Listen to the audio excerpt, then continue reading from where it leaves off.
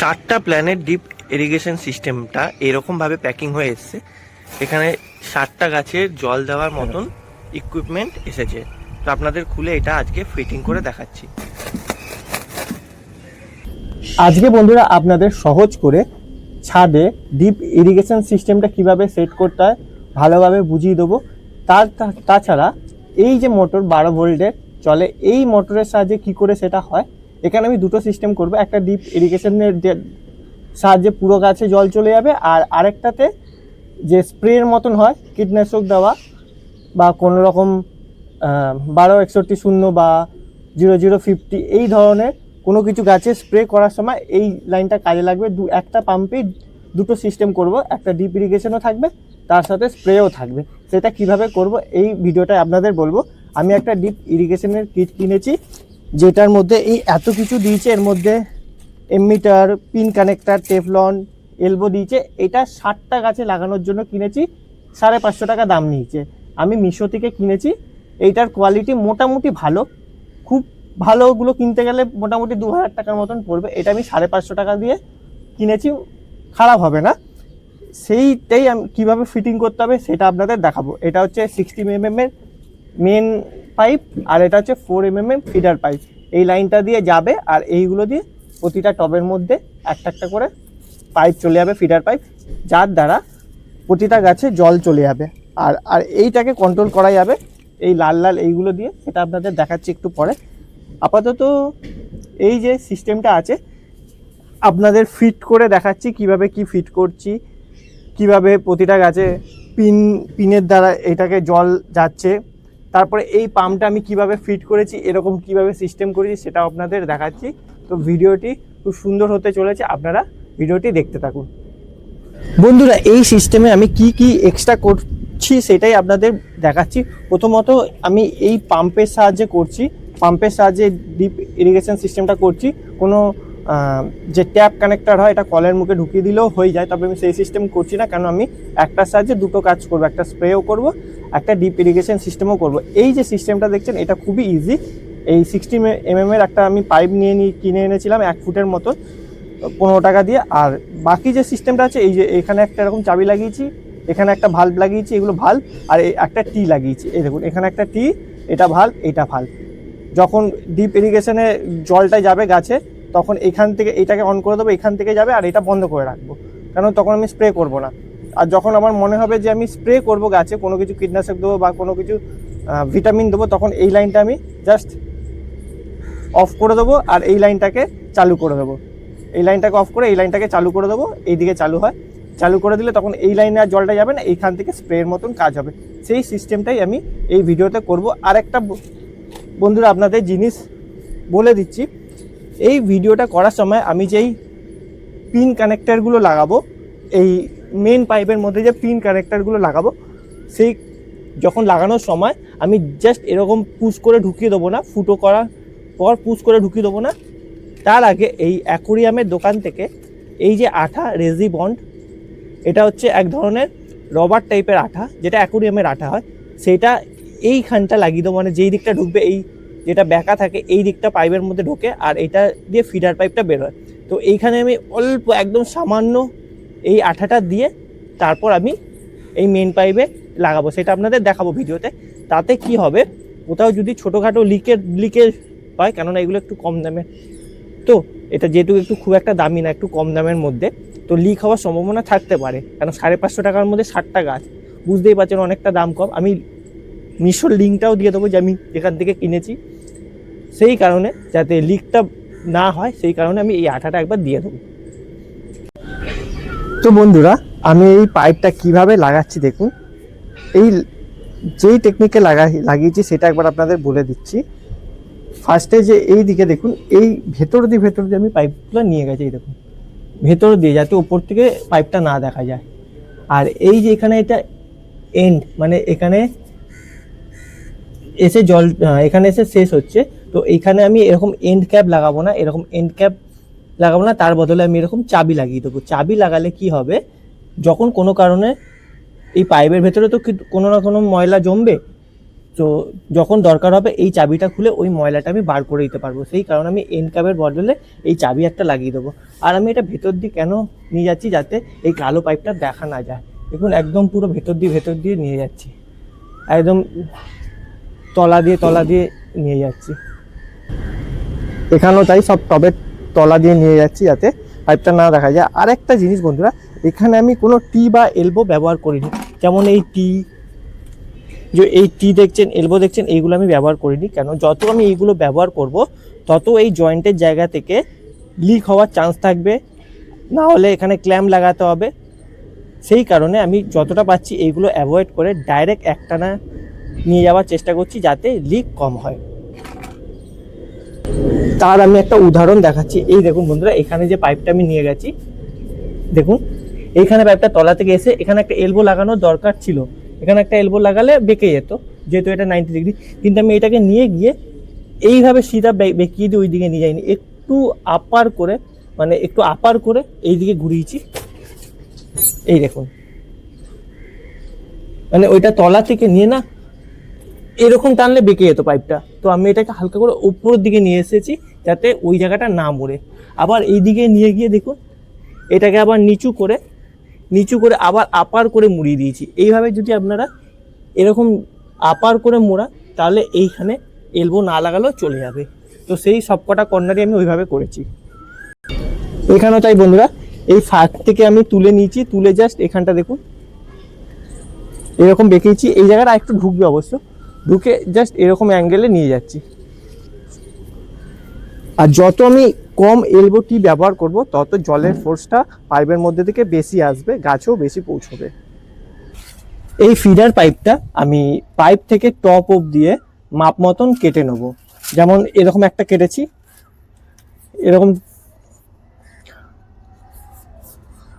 এরকম মাপ মতো কিছু একটা দিয়ে কেটে নেবো। এরকম কেটে নেওয়ার পর প্রথমে এই জিনিসটা যে তীরের মতন, যেটা টবের মধ্যে থাকবে, এটার মধ্যে থেকে এরকম ভাবে পাইপটা ঢুকিয়ে নেবো। আর যেই দিকে এই তীরটা ঢোকাবো, সেই দিকে এই যে লাল মতো এমনিটা যেখান থেকে জল পড়বে সেটা লাগাবো। আর লাগানোর সময় ফুটোটা একবার চেক করে নেবেন। অনেক সময় প্লাস্টিকের কোনো কিছু দ্বারা মুখটা বন্ধ থাকে, সেটাকে কোনো কিছু দিয়ে একটু খুঁচিয়ে নেবেন, তা না হলে জল আপনার আসতে আটকে যেতে পারে। এই মুখটা ঠিক আছে কিনা, ক্লিয়ার আছে কিনা, সেটা দেখে নেওয়ার পর জাস্ট এইটা এরকম ভাবে পুশ করে ঢুকিয়ে দেবেন।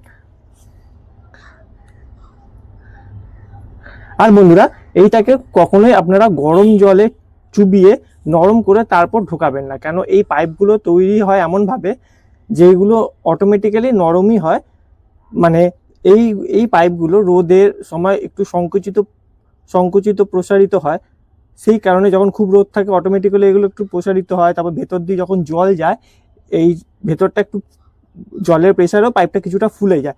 সেই কারণে যদি আপনি এটাকে নরম করে ঢোকান, তো ওই সময় আপনার জলের প্রেসার এটা খুলে যাওয়ার চান্স থাকে। আর এটা এমন কিছু শক্ত হয় না যেটা আপনি এটা ঢোকাতে পারবেন না, আরামসে একটু প্রেসার দিলেই ঢুকিয়ে যাবে।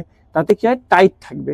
এই কারণে এটা আমি গরম জলে দিয়ে এটা ঢোকাচ্ছি না, নর্মাল ঢোকাচ্ছি। আর এই পাশটায় এই যে নীল রঙের যেই পিন কানেক্টরটা আছে, সেটার এই দিকটা, সোজা দিকটা এই দিকে ঢুকিয়ে দিলাম। আর ব্যাকা দিকটা ওই 16 mm এর মেন পাইপে লাগাবো। অবশ্যই এটাও পিন কানেক্টরটাও দেখে নেবেন, যাতে এর ভেতরটা কোনো রকম ভাবে আটকে না থাকে। তবে এতগুলো গাছ তো অসুবিধা হয় দেখতে, তো একবার আপনি লাগিয়েও দিতে পারেন, পরেও চেক করতে পারেন, কিন্তু প্রথমে চেক করে নিলে না কোনো রকমের ঝামেলা থাকবে না। যাই হোক, এইটা এরকমভাবে লাগিয়ে দেওয়ার পর এরপর পাইপে ঢোকানোর আগে এই জায়গাটা আমি যেরকম বলেছিলাম, একটু আঠা দিয়ে তারপর এখানে প্রেস করব।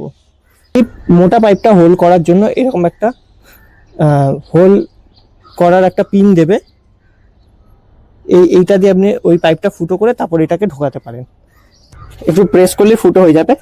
অনেকগুলো লাগাতে অবশ্য হাতও একটু ব্যথা হয়ে যাবে কিছু। আর তারপরে এখানে আমি একটু রেজিবন, এই অ্যাকোরিয়ামের আঠাটা একটু সাইড করে দিয়ে দিচ্ছি।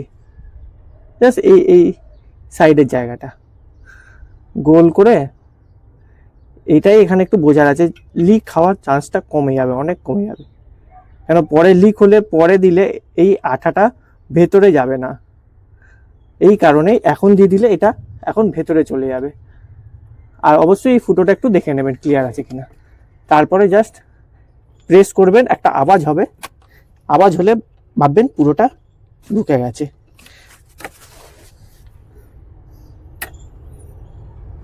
প্রথমে কিছু লিক যদিও বা হয়, যদি এই আটাটা না দেন তাহলেও লিক হবে না। যদিও লিক হয় অনেক সময় সেটা জলের প্রেসারে ঠিক হয়ে যায়। যদি না ঠিক হয় আপনারা তখনও এই আটা দিতে পারেন। তবে অ্যারালডাইট বা শক্ত জাতীয় কোনো আঠা দিলে রোদে ওটা নষ্ট হয়ে যেতে পারে, আর এই আঠাটা রোদেও অতটা নষ্ট হয় না, সেই কারণে আমি এই আঠাটা দিলাম। এটা 45 টাকা দাম নেবে। আর এইটা দেওয়ার পর মোটামুটি 10-12 ঘন্টা এটা চালু করা যাবে না, তাহলে লিক হয়ে যাবে। আর এই জায়গাতেই মেন লিক করে। আর দেওয়ার পর সঙ্গে সঙ্গে জল চালু করবেন না, সঙ্গে সঙ্গে জল চালু করলে খারাপ হয়ে যাবে। মোটামুটি একদিন দেখে তারপরে জলটা চালাবেন।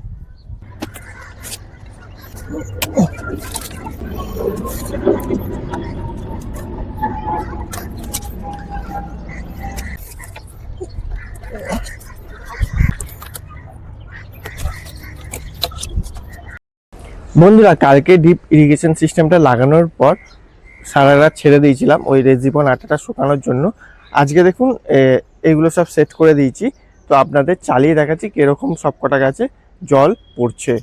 এই যে বন্ধুরা এখানে ফিটিং করে নিয়েছি, ড্রিপ আর জল একই সাথে হবে। আর এখানে হচ্ছে সুইচ, এই একটা মোটরের সুইচ দিলাম আর একটা মেন কানেকশানে সুইচ দিলাম, দেখুন চালু হয়ে যাবে। দেখুন দেওয়ার সাথে সাথে এখানে জল আসতে শুরু করেছে ফোটা ফোটা করে। আস্তে আস্তে জলের প্রেশারটা বাড়বে অবশ্য। এই দেখুন, এই দেখুন, এই দেখুন, ফোটা ফোটা করতে পড়ছে, এই এখানেও পড়ছে। এই স্পিডটা একটু পরে বেড়ে যাবে। যত কটা গাছ আছে দেখুন সব কটাতে পড়ছে এরকম।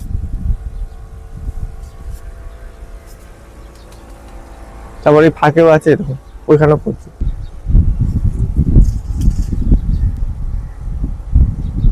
আমি এর আগে ইউটিউবে যত ভিডিও দেখেছিলাম সব কটা কলের মুখেই কানেক্টারের সাহায্যে হচ্ছিল, মানে কল 12 ভোল্ট মোটর দিয়েও এই ডিপ ইরিগেশন সিস্টেম কাজ করে।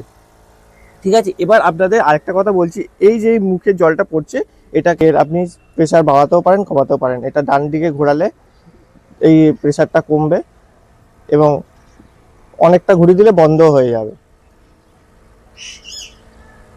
ঠিক আছে, আবার যখন খুলে দেবেন এটা তখন এর স্পিড অনেক বেড়ে যাবে। দেখুন স্পিড কত বেড়ে গেছে। তো এইভাবে আপনারা চাইলে এটাকে অ্যাডজাস্ট করতে পারবেন। এইভাবেই আপনাকে অ্যাডজাস্ট করে সবকটা গাছে জল নিয়ে আসতে হবে।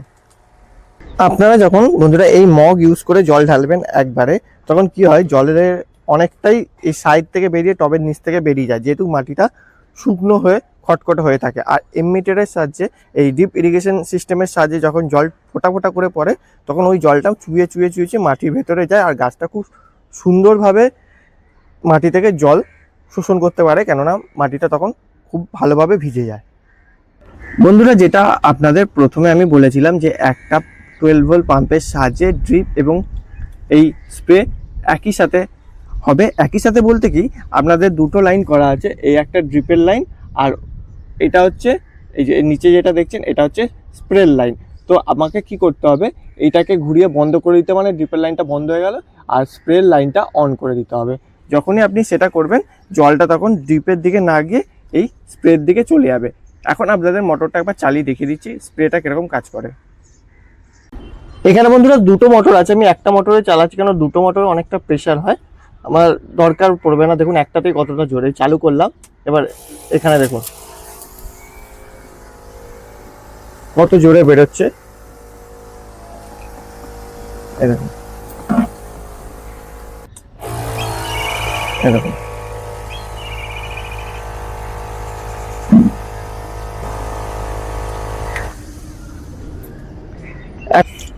এখন যদি বন্ধুরা আমি এই স্প্রের লাইন এবং ড্রিপের লাইন একসাথে দুটোই চালাই, সেটা কি হবে আপনাদের দেখাচ্ছি। তখনও কিন্তু স্প্রে হবে, কিন্তু স্প্রেটা খুব হালকা হালকা হবে। আবার এইদিকে ড্রিপেরও জল পড়বে, সেটাও খুব হালকা হালকা পড়ছে। দেখুন দুটোই কাজ হবে, কিন্তু জলটা দুটোর মধ্যে আলাদা আলাদা করে সেপারেট হয়ে যাবে বলে একটু স্লো স্লো পড়বে। দুটোই কাজ করবে কিন্তু স্লো স্লো হবে। আপনি চাইলে বন্ধুরা এই যে গার্ডেন স্প্রেয়ারের এই জিনিসটা কিটও কিনতে পাওয়া যায়, 150 টাকার মতো নেয় অ্যামাজনে, ফ্লিপকার্টে, লিঙ্ক আমি দিয়ে দেবো, ছবিও আমি দিয়ে দেবো স্ক্রিনে। কিন্তু আমার যেহেতু এইগুলো আছে সেই কারণে আর আমি ওইগুলোর পেছনে পয়সা খরচা করিনি, এইটাকেই এরকম একটা নজেল কিনে নিয়েছি। এই নজেলটা ওই পাইপের দোকান থেকে পাওয়া যায়, যেখানে পাইপ পাওয়া যায়, কলের পাইপ, সেখানে পাওয়া যায় এই নজেল। ওদের ওখানে এইটা নিয়ে গেলেই আপনাকে এরকম নজেল দিয়ে দেবে, পাইপের একটু টুকরো নিয়ে যেতে হবে। আর এই নজেলটা হচ্ছে এটা এরকম খোলা যায়, মেল ফিমেল নজেল। তো এই নজেল 10 টাকা দিয়ে আমি কিনেছি, আর এখানে একটা ওয়াশার লাগিয়ে দিয়েছি, তাতে আমার এটার কাজটা হয়ে গেছে, আমি আর কি ওই দিকে খরচাটা করিনি। এই যে এতক্ষণ বন্ধুরা আপনাদের যে পদ্ধতিটা দেখালাম, এই পদ্ধতিটার জলের উৎস হচ্ছে আমাদের এই ট্যাঙ্কি। এই ট্যাঙ্কির জলই ডিপ ইরিগেশনের মাধ্যমে প্রতিটা গাছে চলে যাবে। তার জন্য আমি কি করেছি, এইখানে দেখছেন পাম্পের ইনলেট পাইপটা এই ট্যাঙ্কিটা ফুটো করে এখান দিয়ে ভেতরে ঢুকিয়ে দিয়েছি, যার ফলে এই ট্যাঙ্কির জলটাই পুরো গাছে ছড়িয়ে যাবে। এরপর বন্ধুরা এই পাইপটাকে নিচে একটা আমি এই পুশ কানেক্টর লাগিয়ে দিয়েছি। এই পুশ কানেক্টরটা লাগানোর ফলে কি হবে, ধরুন আমি কোনো একটা জারের মধ্যে, এই একটা জারের মধ্যে ভিটামিন গোলা জল বা ফাঙ্গিসাইড কীটনাশক জল আমি এটার মধ্যে তৈরি করলাম। তৈরি করার পর এই পুশ কানেক্টরটা বন্ধুরা আমি ট্যাঙ্কি থেকে পাইপটা বেরিয়ে যখন পাম্পের ইনলেট পাইপের মধ্যে ঢুকছে তার মাঝখানে আমি এটা ফিট করেছি। এটা প্রেস করলে এখান থেকে পাইপটা খুলে যাবে, আর যখন এই পাইপটা খুলে যাবে এইটা হয়ে গেল ট্যাঙ্কির পাইপ, আর এটা হয়ে যাবে তখন পাম্পের 12 ভোল্ট পাম্পের পাইপটা। তখন কি করব, আমি এই পাইপটাকে এই ফাঙ্গিসাইড গোলা কীটনাশক গোলা জলের মধ্যে প্রবেশ করিয়ে দেবো আর পাম্পটা চালিয়ে দেবো। তখন আর ওইখানে যে স্প্রেয়ারটা লাগিয়েছি স্প্রেয়ারটা চালিয়ে দেবো। তাহলে কি হবে, তখন এই ফাঙ্গিসাইড বা কীটনাশকটা স্প্রেয়ারের মাধ্যমে পুরো গাছে দেওয়া যাবে। আবার যখন ডিপ ইরিগেশন করব তখন আমি কি করব, এইটা আবার ট্যাঙ্কির লাইনের সাথে এই পুশ কানেক্টরের মাধ্যমে জুড়ে দেবো। এই পুশ কানেক্টর দাম নিয়েছে 30 টাকা। তাহলে আমার দুটো কাজই একসঙ্গে হচ্ছে। ছোট করে আপনাকে এই মোটরের কানেকশনের ব্যাপারে একটু বলে দিচ্ছি। এটা হচ্ছে একটা 12 ভোল্ট মোটর, এখানে নিয়ে গিয়ে টি লাগিয়ে দুটো দিকে দুটো লাইন বার করে দিয়েছি। আর এই মোটরে এতটা সিস্টেম কেন করেছি, যেহেতু আমি এখানে অনেক কিছু পুরনো, যেমন এই পাইপগুলো কিছু পুরনো আছে, তারপর নজেল, তারপর বিভিন্ন রকমের পাইপের মাপ হওয়ায় আমাকে অনেকগুলো কানেক্টর জুড়তে হয়েছে, নজেল জুড়তে হয়েছে ওই, আর প্রতিটার জায়গায় আমি একটা করে এরকম ক্ল্যাম্প আটকে দিয়েছি যাতে লিক না করে। আপনারা যদি মোটামুটি সব একই মাপের পাইপ থাকে তাহলে হয়তো এত কানেকশন বা এত ক্ল্যাম্প জুড়তে হবে না, 2-3টে হলেও কম নজেল লাগবে, কিন্তু প্রতিটা জায়গায় একটা করে নজেল লাগিয়ে দিলে লিক হওয়ার চান্সটা কম থাকে। এরপর আপনাদের কানেকশানের ব্যাপারটা বলি। এর যে ফুল সেটআপের কানেকশান সেটা আমার এর আগের একটা ভিডিওতে করা আছে, তবে এখানে আমি আপনাদের ছোট করে বলে দিচ্ছি। এটা হচ্ছে একটা মেন এসি ভোল্ট থেকে, এটা হচ্ছে একটা 220 ভোল্টের সুইচ, যেটাকে অন করলে এইখানে কানেকশানটা আসছে অ্যাডাপ্টারে, আর অ্যাডাপ্টার থেকে আবার এইখানে যে সুইচগুলো দেখছেন এই সুইচের মধ্যে কানেকশান আছে মোটরের সুইচ। এটা এইখান থেকে অন করলে মোটর চালু হচ্ছে, মানে এটা হচ্ছে মেন লাইনের সুইচ আর এটা হচ্ছে মোটরের সুইচ। আর আগের ভিডিওর লিঙ্ক আমি ডেসক্রিপশনে দিয়ে দেবো, ওইখান থেকে এটার কিভাবে আমি ফিটিং করেছি সেটা দেওয়া থাকবে। আপনারা চাইলে এটা টাইম টু টাইমও করতে পারেন, মানে সকালবেলা 7টার সময় একবার জল পড়বে এবং বিকেলবেলা 4টের সময় একবার জল অটোমেটিক্যালি হবে। সেটা আমি অন্য কোনো ভিডিওতে আপনাদের দেখাবো, সেটা ওয়াইফাই প্লাগের মাধ্যমে। আমি স্ক্রিনে দিয়ে দিচ্ছি ছবিটা, ওয়াইফাই প্লাগ। সেটা যদি আমি কিনে নিতে পারি 700-800 টাকা দাম হয়, সেটা আপনাদের তো অবশ্যই ভিডিওর মাধ্যমে দেখাবো। তো আপনারা চাইলে ওই ওয়াইফাই প্লাগও এখানে জুড়তে পারেন, মানে এই অ্যাডাপ্টারটা মেন লাইনে দেওয়ার আগে ওই ওয়াইফাই প্লাগে কানেকশানটা দিয়ে দেবেন মেন পাওয়ারটা, আর ওয়াইফাই প্লাগের মধ্যে কানেকশানটা করবেন এই অ্যাডাপ্টারে। তাহলে আপনার এই আর ফোন থেকে আপনি টাইম সেট করে দেবেন, অটোমেটিক্যালি ওই টাইমেই পাম্পটা অন হয়ে যাবে, আর যেই টাইমটা আপনি অফ করে দেবেন সেই টাইমেই পাম্পটা আপনার অফ হয়ে যাবে। এইভাবে আপনারা এটা অটোমেটিক সিস্টেমও করতে পারেন, সেটা আপনাদেরকে অন্য কোনো ভিডিওতে আমি দেখাবো। বন্ধুরা এখন আমি চলে এসেছি ভিডিওর শেষ পর্যায়ে। আপনাদের কিছু কথা বলে রাখি এই ডিপ ইরিগেশন সিস্টেমের ব্যাপারে। আপনারা যখন এই ডিপ ইরিগেশন সিস্টেমটা কিনবেন অবশ্যই মাপে মাপে কিনবেন না। ধরুন আপনার ছাদের এরিয়া হচ্ছে টোটাল 60 ফুট, আর ডিপ ইরিগেশনটা আপনারা 60 ফুট কিনবেন না, কেন পাইপ একটু কম আসে, শর্ট আসে।